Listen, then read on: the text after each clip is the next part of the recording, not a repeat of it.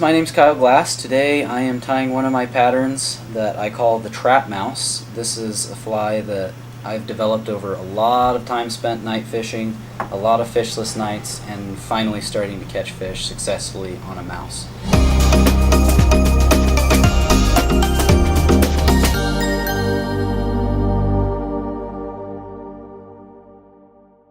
Alright, so let's go through the materials real quick. The tail of the fly is medium-sized worm chenille. The main body of the fly is yarn bee snuggle up in mink color. This is available at Hobby Lobby. The legs of the fly are flex floss, which I like to use for basically any legs because they wiggle more. The foam is 3mm craft store foam in brown. 2mm is not thick enough. The fly won't hold up and it won't be enough to float the big hook that we're using. Which brings me to the hook, which is a size 2 4x long streamer hook. And last but not least, the eyeballs, which are hairline fluorescent fly eyes in 5.5mm.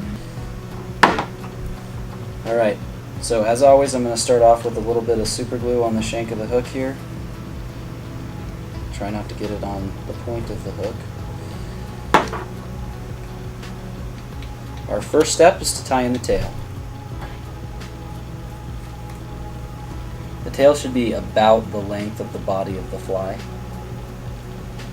Next, I'm going to grab a piece that's about 1.5 to 2 feet long of my yarn here. I'm going to grab it in the middle, separate the fibers,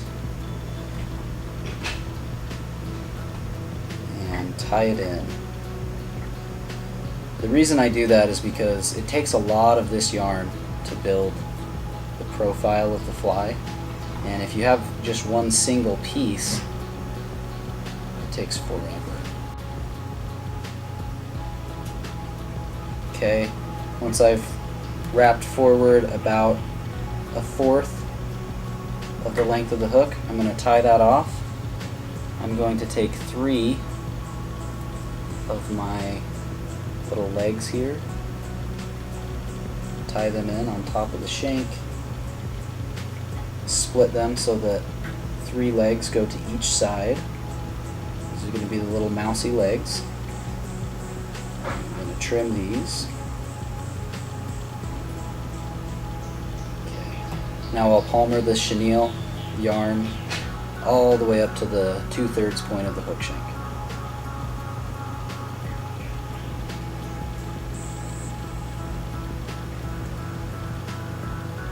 Alright, now I'm going to tie this off again, make a couple wraps, pull it back, wrap on top of it. Now I'll coat this front part of the shank in super glue and attach my piece of foam. This foam is probably a little bit over 1/2 inch wide, maybe it's closer to like 2/3 of an inch wide. Okay, and I'm going to bind down on this whole portion of the hook, but I'm not going to compress the foam very much. Just enough to get it to stick here.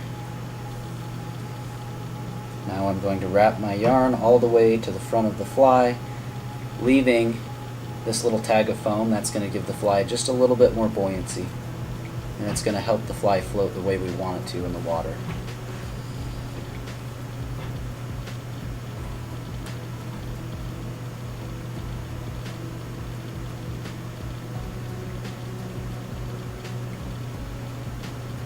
Tie it off, make a couple of wraps to get that all firmed up.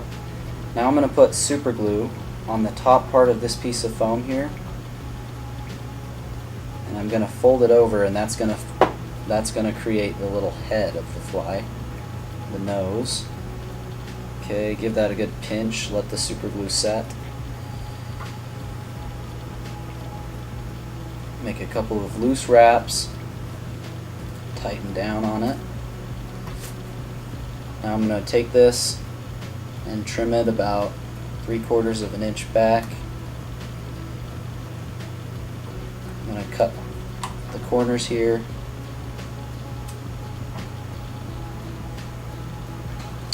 Now I'm going to create the ears of the fly.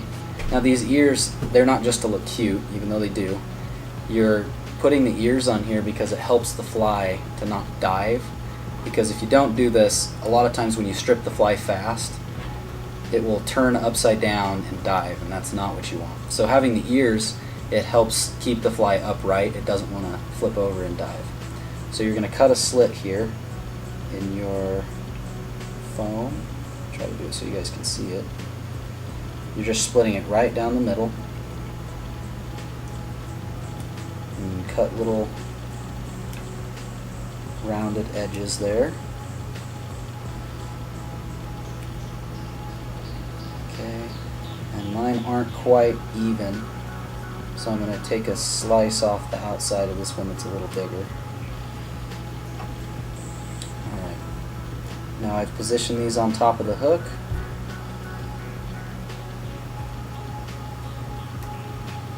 Make a couple wraps, line down on them. And now I will whip finish underneath all this. Pull the foam back so you can get to the eye.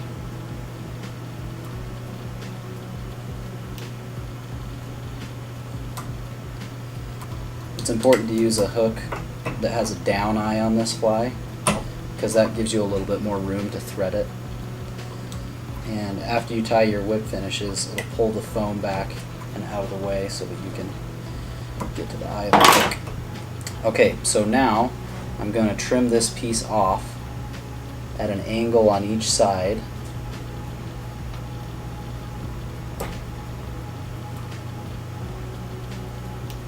At this point, we have the eyes ready to be placed on because the foam is trimmed down in an area where there's a little flat spot for the eyes.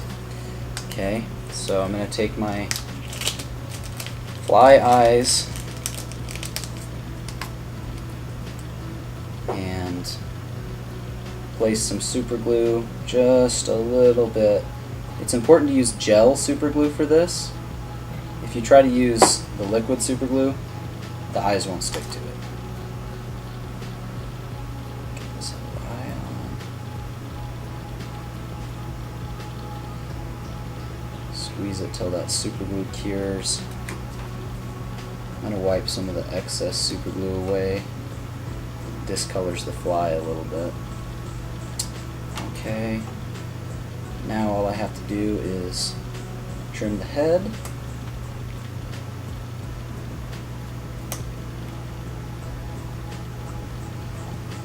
And last but not least, I'm going to take this little comb and pull these fibers out.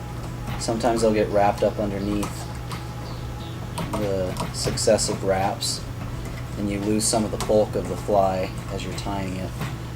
But you can comb this all out.